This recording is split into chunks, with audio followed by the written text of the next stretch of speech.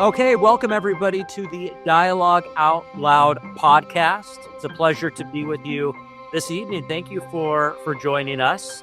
My name's Ryan Shoemaker. I'm here with Joe Plicka. We are co-fiction editors of Dialogue, a Journal of Mormon Thought. And it is our great pleasure to be here this evening with William Morris, a name well known in the community of Mormon Letters. So thank you so much for being with us this evening, William. It's my pleasure. Now, if you'll allow me, I'd like to read, just for our listeners, the contributor's bio in Dialogue, if I could, just to share some of your accolades. William Morris is the author of The Unseating of Dr. Smoot, The Darkest Abyss, Strange Mormon Stories, and Dark Watch and Other Mormon-American Stories. William also edited the anthologies Monsters and Mormons and States of Deseret. He lives in Minnesota with his wife and daughter. More about William and his work can be found at motleyvision.org. So, well, I would like to ask you, William, it's great to finally meet you after all these years of hearing about you. I'm just curious to know, what was your path to becoming a writer who explores LDS culture and theology? So, in the late 90s, I transferred to UC Berkeley. And as an English literature major. And I was living with my grandparents at the time, and they had a computer. And when I transferred to Berkeley, they gave me this kit where I was able to connect to the internet. And as I started exploring what that all was about, I found the listserv for the Association for Mormon Letters, and quickly became involved with basically in the Association for Mormon Letters. And my intention was mainly to focus on criticism. That is how I started out. I did a little bit of creative writing in high school, like many people do. Wrote a lot of terrible, moody song lyrics, but was not one of the writers that I oftentimes meet who do what they want to do when they were 15 or 8 or 9. And so that's what I mainly did. I contributed to the Association for Mormon Letters listserv. At some point, I started A Motley Vision, which is a blog that focuses on Mormon literary criticism, Mormon culture. I went off to grad school in comparative literature, and as I progressed through grad school, my works of my papers began basically I began to write fiction and integrate them into my papers. And this is something my professors allowed, even encouraged. And by the time I entered my master's degree, I realized that I thought that in addition to being a critic, I wanted to express myself in fiction. And there are a couple reasons for that. One is that I've always read both literary fiction and science fiction and fantasy. And I have this thing where there are certain types of literary stories and certain types of science fiction and fantasy stories or genre fiction stories, and certain stories, especially those that are in between, that just scratch an itch for me, that are so much more interesting to me than kind of the more obvious examples of the various genres. And I wanted to bring some of that to Mormon literature, and I wasn't really seeing it that much. And so I realized if I was going to do it, I would need to write it. And so I began writing at first just like a story here or there, and then eventually more and more. And I found also that I like to work in various modes. So some of my output is what you might call faithful realism or contemporary realism or literary realism. And a lot of it falls into either solidly into science fiction or fantasy, or more into just kind of weird fiction, strange fiction. And what I've found is that it's all really, for me, it's all about trying to both understand Mormon culture and Mormon history and including Mormon literary history and respond to that. So much like any writer. But also it's about, for me, the drive to, both for myself and hopefully for readers, to help us understand that what we see as Mormonism or what we see in Mormon discourse, whether that's institutional discourse from the LDS Church, whether it's from other branches of Mormonism, whether it's from scholarship in Mormon studies, whether it's apologetics, whether it's that there are, whether it's politics, that there is in Mormonism and in Mormon materials, meaning the theology and the doctrine and the history and the community, and the understandings of how the world works and the understandings of history and science, that there are interesting modes of thought and interesting stories to tell that don't have to follow along kind of the same grooves or tracks that Mormon discourse tends to follow along. And that drive to continue to find those hidden paths or interesting combinations is something that is basically why I continue to write Mormon literature. Because at one point, I was going to stop. I was going to focus on the national market and just write straight up literary fiction and or science fiction and fantasy and without any Mormon elements. And when I tried to do that, my brain wouldn't shut up about the Mormon stuff. And it goes the other way as well. If I'm writing Mormon stuff for too much, then I have to write other stuff as well. And so I find that I just have to be a hybrid. That's kind of how I grew up. That's kind of my experience of growing up, both living in Utah and in California, being both in some ways, lived in a small Mormon town, lived in Provo, lived in the San Francisco Bay Area, being both provincial and somewhat cosmopolitan. And so I'm a hybrid person and I'm a hybrid artist. So that's the story boiled down.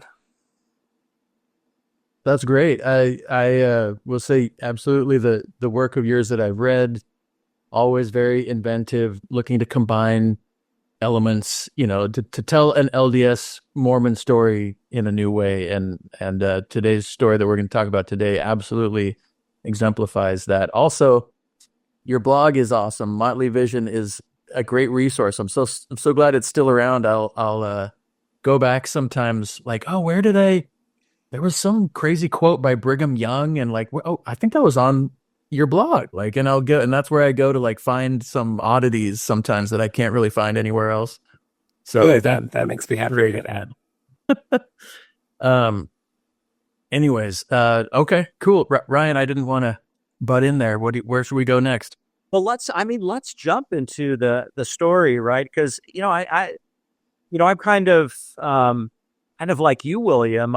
I think when I started off in graduate school, I was just writing stories that had kind of nothing to do with Mormonism, and I think I just kind of put a foot in there in that world, and wrote some stories and found that I could publish them and that people were interested in that angle and in this little subculture, and I haven't been able to leave it. I just find that it's so ingrained into me. I keep writing those, Mormon stories. So Strait is the Way, just an incredible piece, such an interesting angle, kind of I feel a fresh approach. So, what I'm always interested when I read a story, I know that we're fiction writers and we're using those imaginative skills, but I'm so curious to know, what are the kernels, kind of autobiographical or otherwise, that led you to write Strait is the Way?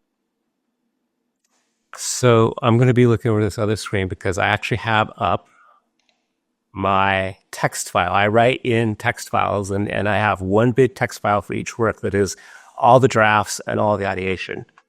And this starts with, so in June of 2023. I have in parentheses loosely based on dream. I don't know what that means. So maybe some sort of Stephanie Meyer type of situation, I guess. And it just says punk band, Mormon family, rest stop, shared picnic. And then it says, yeah, that moment is frozen time for me, and that's why I wanted to visit it first. Mormons believe time is a circle, Joseph Smith ring, but we also believe because causality flows one way, etc. And then it says Rick Hour, which I'm not a philosopher. I don't really read philosophy, but I did read. I remember a long time ago reading Rick Hour on basically time and narrative. And so so the first thing to know is that I have broken my rules twice. So I had a few rules when I was starting out. One is that I wouldn't write a third Nephi story, and I've now written at least two of them. And the other was I don't like time travel, and I was not going to write a time travel story. And this is among many other things, this is a time travel story. And I think the reason I was willing to write a time travel story is because the story posits time travel as a spiritual gift, and then thinks about, well, why, what would that mean, and what could you do with that, and what would the boundaries of such a spiritual gift be, and so that made it kind of worth it for me to okay, I'm going to break the rule then, because although I'm not fond of time travel stories, I found a way that I feel like I could bring maybe something a little bit new, hopefully a little bit interesting to the form. Well, I think that that's funny you should say that, because it's funny you should talk about that rule, because it seems like the rule was very much bothering you as you wrote it. Like, you didn't want to jump into a full-on time travel situation, just a edging up to the line of time travel. I'm visiting, maybe, which of course made it even more interesting, right? Once you open that Pandora's box of time travel, it's, you can get away from you pretty quickly, I think. But, so have you ever been, or been associated with straight edge punks? No. I was a post-punk kid. I was a pretty straight up what they call back in the day modern rock. So basically what happened is I moved to the Bay Area when I was 15. The first weekend we were in the Bay Area, my parents had already, because they'd been out to find a place to rent, my parents had already made like 3 friends in the local area, in the ward. And I filled in for a family who'd gone out of town for Memorial Day weekend. No, Labor Day weekend. It would have been Labor Day weekend because it was the end of summer. And to do their Saturday paper route. And they had a boombox in their garage where the papers were. And so I turned it on, and it was tuned to the modern rock radio station, what later became called Alternative. But this was the early 90s. This was before Nirvana. And they, because of Labor Day weekend, they were doing blocks of 3 songs by an artist in a row. So for the first time in my life, I heard bands like The Cure and Joy Division and Depeche Mode, and I'd probably heard like 1 or 2 U2 songs before, but U2, and so all basically the post-punk and new wave bands of the 80s, and immediately fell in love. But I'm pretty vanilla. My tastes were pretty vanilla for a long time. How about that? It was alternative, but it was like the top 40 of alternative. But I've been aware of straight edge punks for a long time. I mean, I moved to Oakland when I was in my mid-20s, and just south of Berkeley, and didn't go see any shows for whatever reason, that was not something that I did, but did fill in for,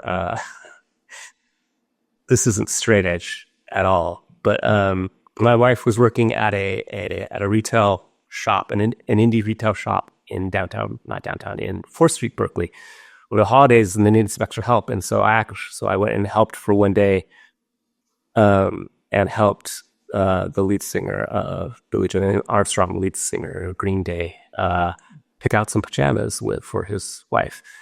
And so it's a scene that I've been aware of and knew about, but have never been involved in.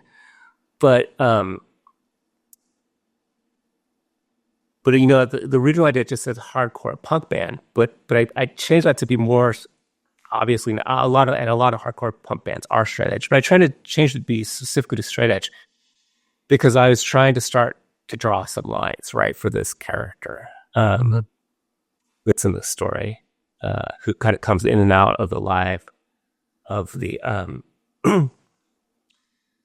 of the narrator. And we should mention that the narrator, that the story takes place both in the future and in sort of, I guess, both in our future and maybe a little bit in our past. It's timing, you know, I don't try to pin me down on that, but it's probably the 2010s, you know, when the earliest events in the story take place.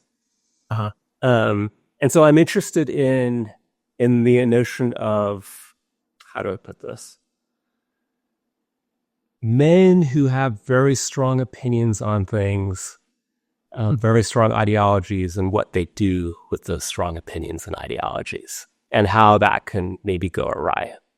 And so that's also part of what this story is about.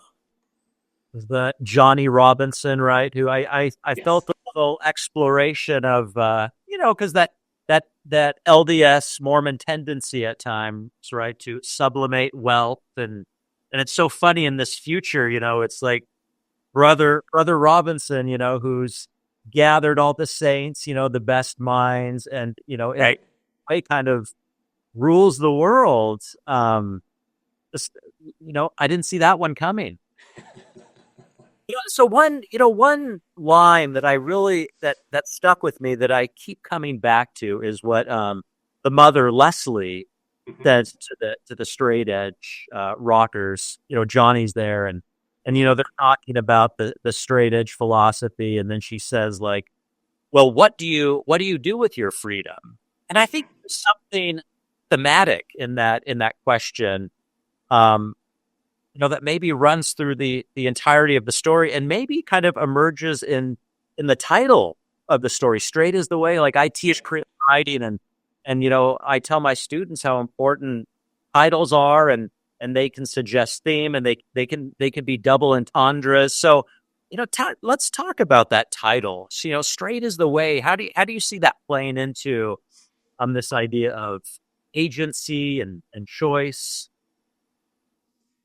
So, I mean, agency is a running theme in my work, and especially the constraint of agency by not just ideologies, but larger powers. So Johnny, you know, eventually joins the church, gets involved in the world of tech, gets involved in the ideas of transhumanism, which is a strain of Mormon thought right now, and we end up in a world that is full of what the narrator calls leviathans, these mega corporations, and you either join them or you try to eke out an existence outside of them. And I should say that this story can certainly be read in concert with, even in relation to, a lot of my other science fiction stories about future Mormonism. It also, though, comes with a caveat that I don't necessarily try hard to be canonical about that. And, you know, I don't have a here's the William Morris world, future world, and here's the Bible. This is not a Brandon Sanderson type of situation where I have everything mapped out and it all has to work together. But there are echoes from my other work, and the setting is sort of familiar, probably, if you've read some of my other stories, although it's not necessary to be, you don't need to be aware of it at all in order to read this story. And and so one of the things that I'm always exploring is how much agency can you have in where we're at and where we're going? And my answer is always both less and more than you think. I think is kind of how where I come down, and and so the narrator has chosen to form a co-op with other people of other faiths, of other ideologies, and kind of be part of this sort of underground Mormonism, as opposed to joining with the corporate Mormonism. And there are costs to that. There are also things that there are things that there's value in that. But and then kind of in addition to all that, we get into the kind of the larger, which to me are unsolvable, even though Mormons, we think we have it solved, notions of time and causality, right? Of the foreknowledge of God, and if God is omniscient, then do we have agency, and all those sort of things. And so I think a big part of me is I don't have an answer, or even one answer. If you read my work, there are all sorts of answers in there. There's even one of my stories in my story collection is about a time in the far, far future where Mormonism is so kind of repressed that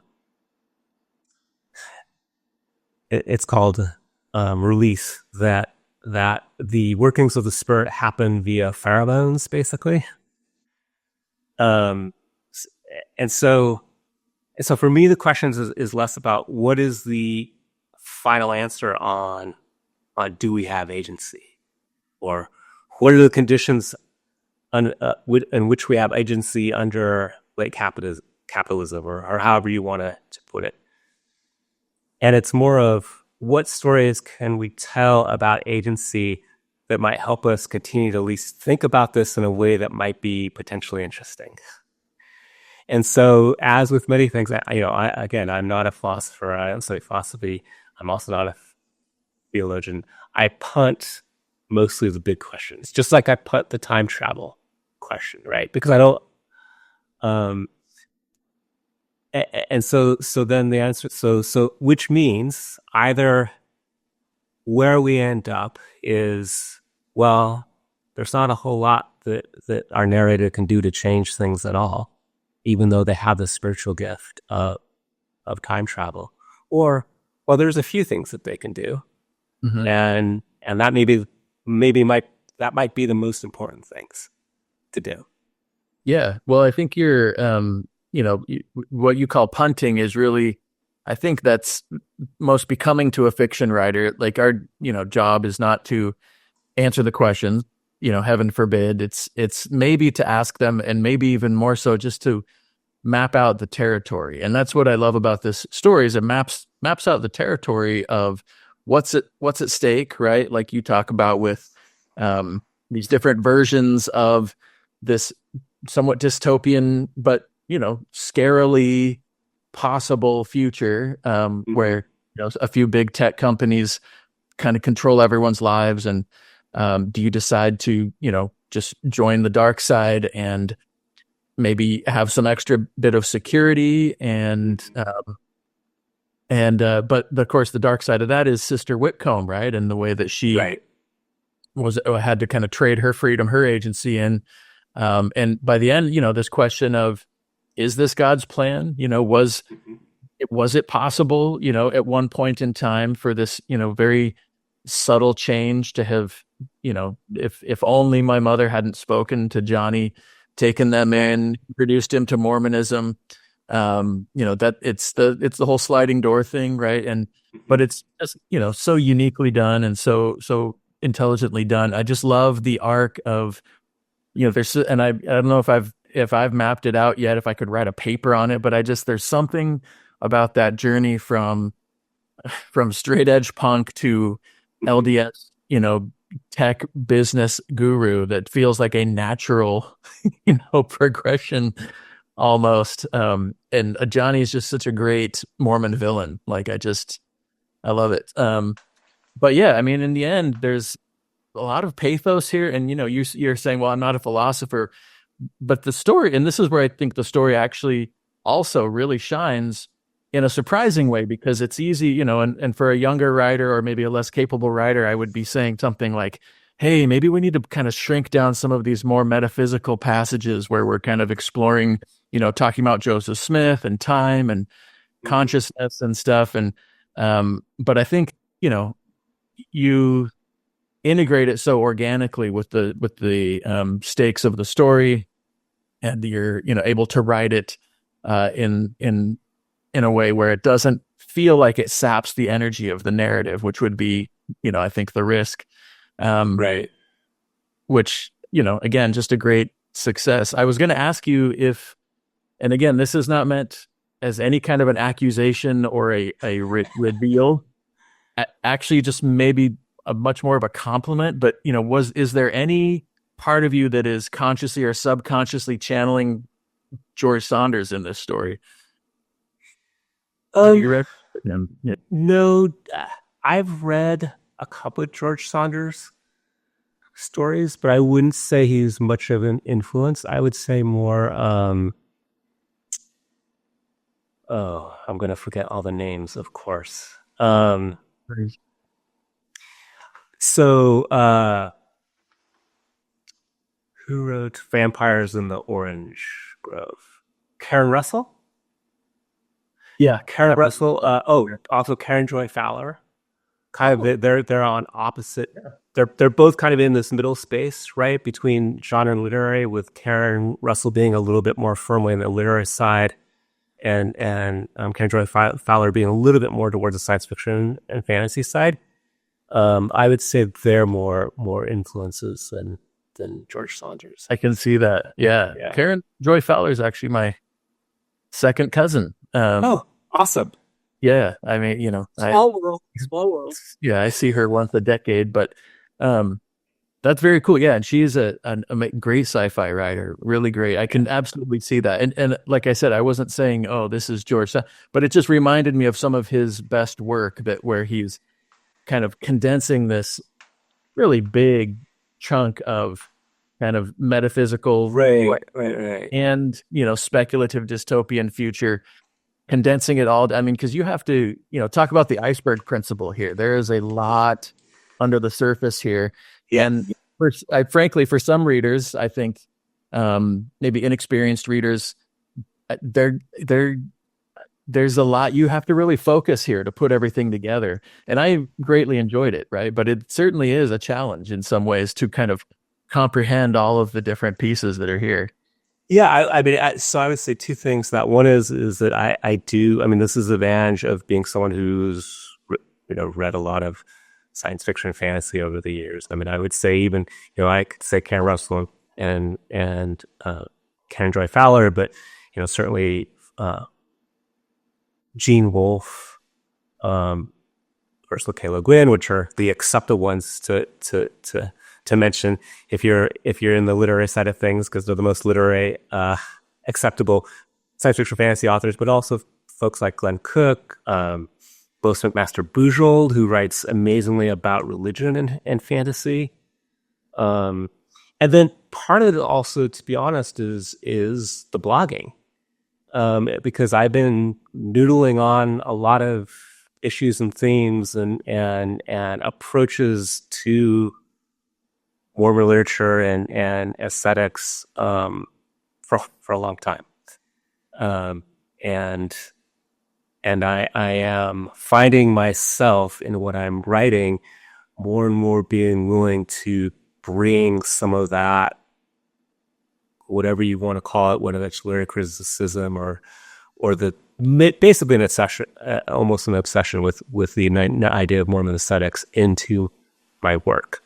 Than I was before where they were, if you look at Dark Watch and other Mormon-American stories, there's a little bit of that. And certainly the themes, as with most writers, my themes have not changed very much.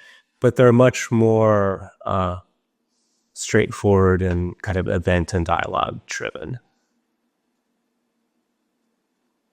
Yeah. Well, yeah, I mean, like Joe, just the piece just kind of masterly written. I mean, you're taking so much material and you just weave it together so beautifully. Like you just move seamlessly right through kind of the moments of theology and then the past and the present and kind of just a profound experience reading it. I mean, because when that question and the I can't stop thinking about the chocolate flavored hummus. I hope that is fiction because that sounds that should not exist, but maybe it's wonderful. I don't know. I'm pretty sure that it exists, but I mean, I hope, and none of this is autobiographical or even. I've actually never been to Pennsylvania. I mean, they do end up in Minnesota because why not? But I have met people like Leslie who are amazing and full of love and charity and very well-meaning, but also a little bit out there, and so I thought that was important to include in the story because I think Leslie is a fascinating, interesting character who's also doing interesting things in Mormonism in her own way, although we don't get as much of her story as we do the narrators. But there are, how do I put this?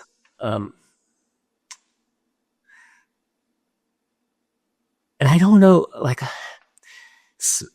I think this probably really comes out of my experience of living in Utah in the 1970s and 1980s, where there are hippie-ish Mormons, and Leslie is kind of in that same mode. Well, it's interesting. Like the dilemma that the protagonist faces is he has the spiritual ability where he could go back in the past and possibly eliminate this force, Johnny, that has created chaos, and he can take away some of the world's suffering.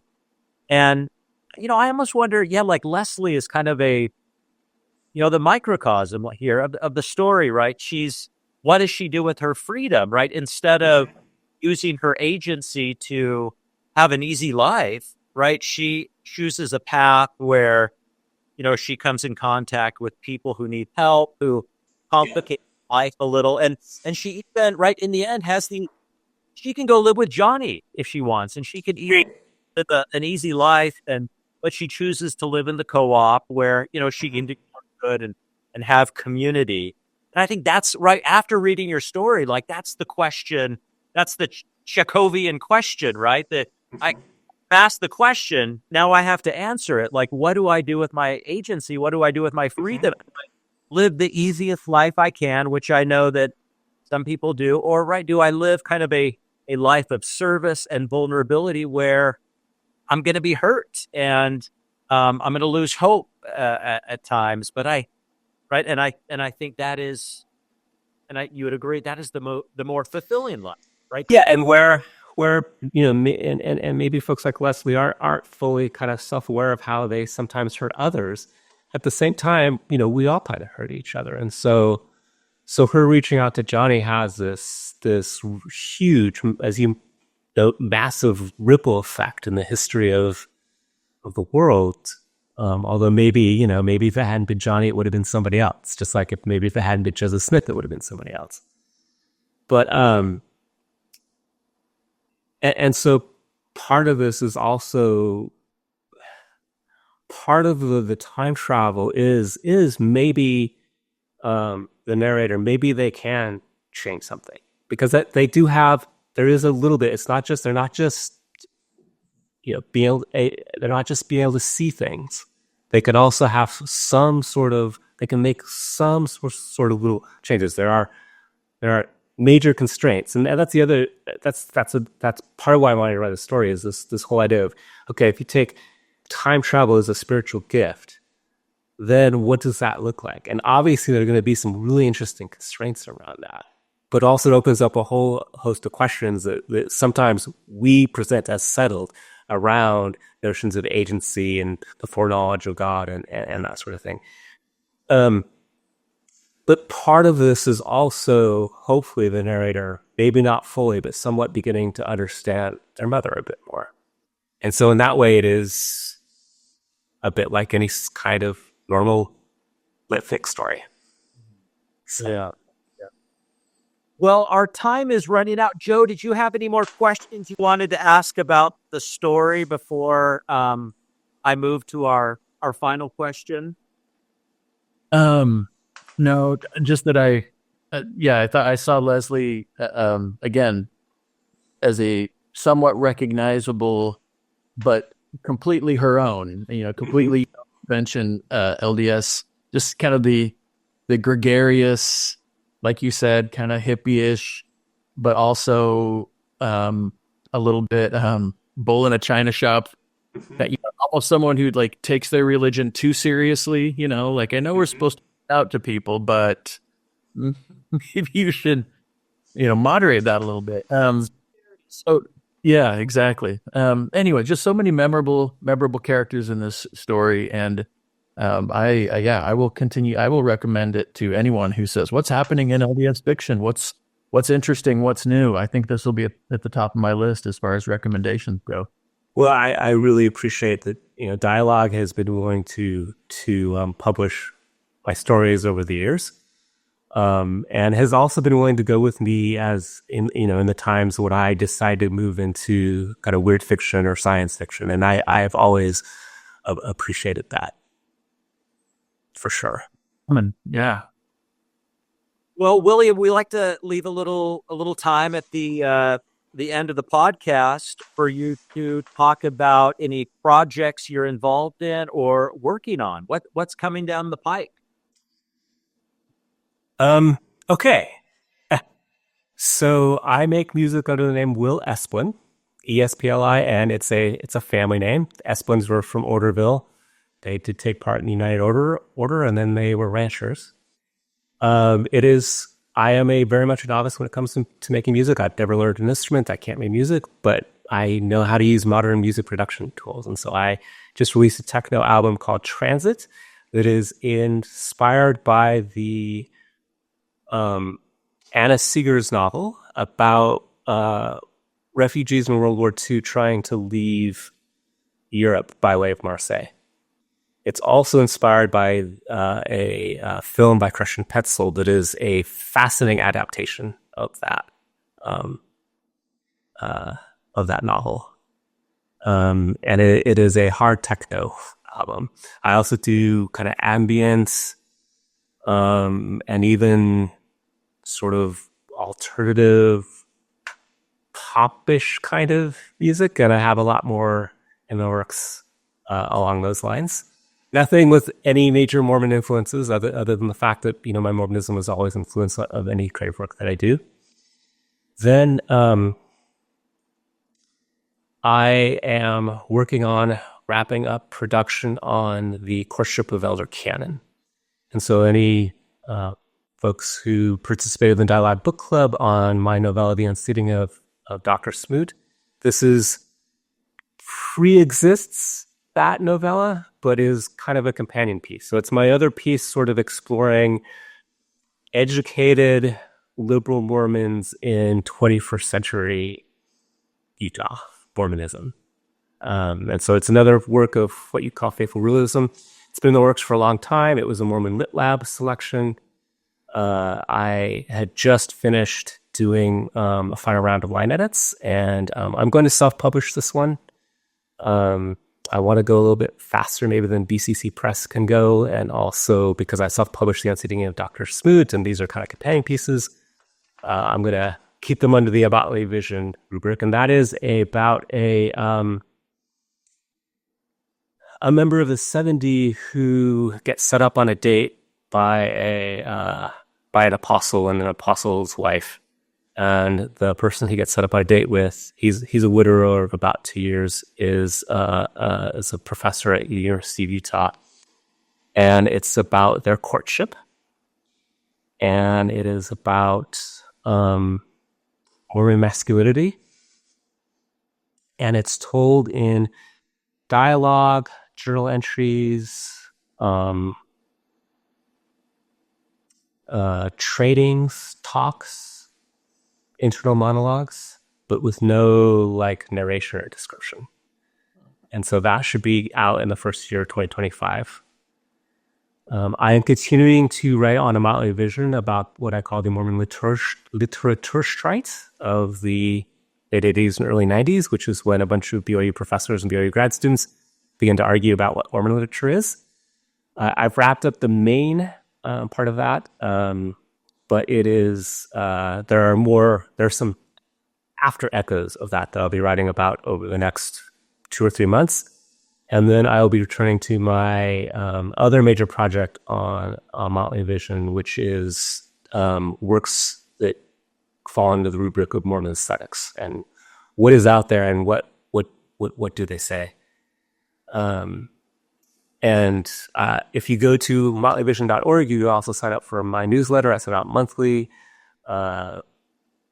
It's me talking about kind of behind the scenes stuff. But also I will have things like, if you're interested in kind of Straight as the Way, not just behind the scenes stuff, but I will talk about, for example, in the September newsletter, I talked about the Mormon conceptions of the afterlife and what does that mean for writing about Mormon literature.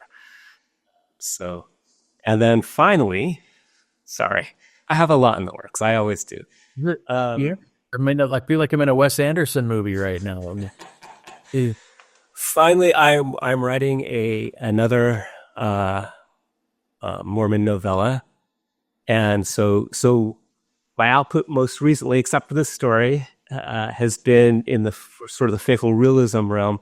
I'm returning kind of to the Mormon science fiction fantasy with a little bit of weird elements, and I'm writing about a Mormon artist in the far future, at a time when we've discovered through wormholes that there is another civilization out there that are kind of like us, but not fully like us, who gets commissioned to create a memorial for the site of a massive, the destruction of a massive space habitat. And so it is about how do you memorialize the dead via public art? And what do you do? How do you approach that if you're a Mormon artist? But it's also science fiction with aliens and crossing through wormholes. Wow, yeah, you are busy. You are prolific.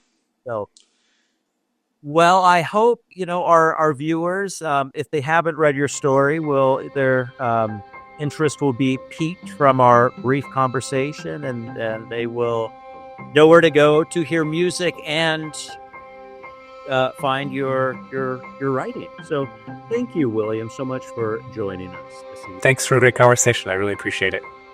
Thank you. That was wonderful. I'm excited to see more, and hopefully we get to chat again sometime. That would be great.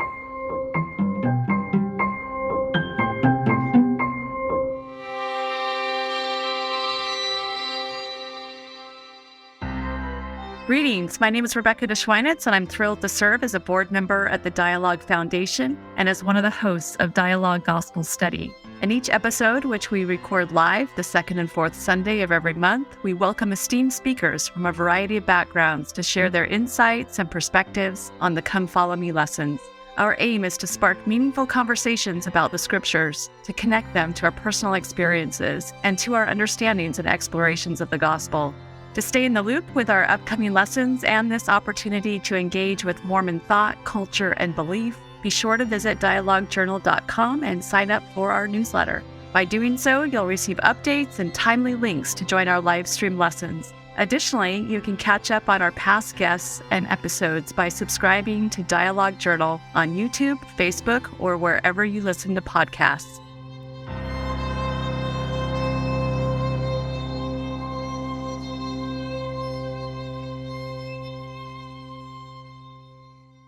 Dialogue Podcast Network.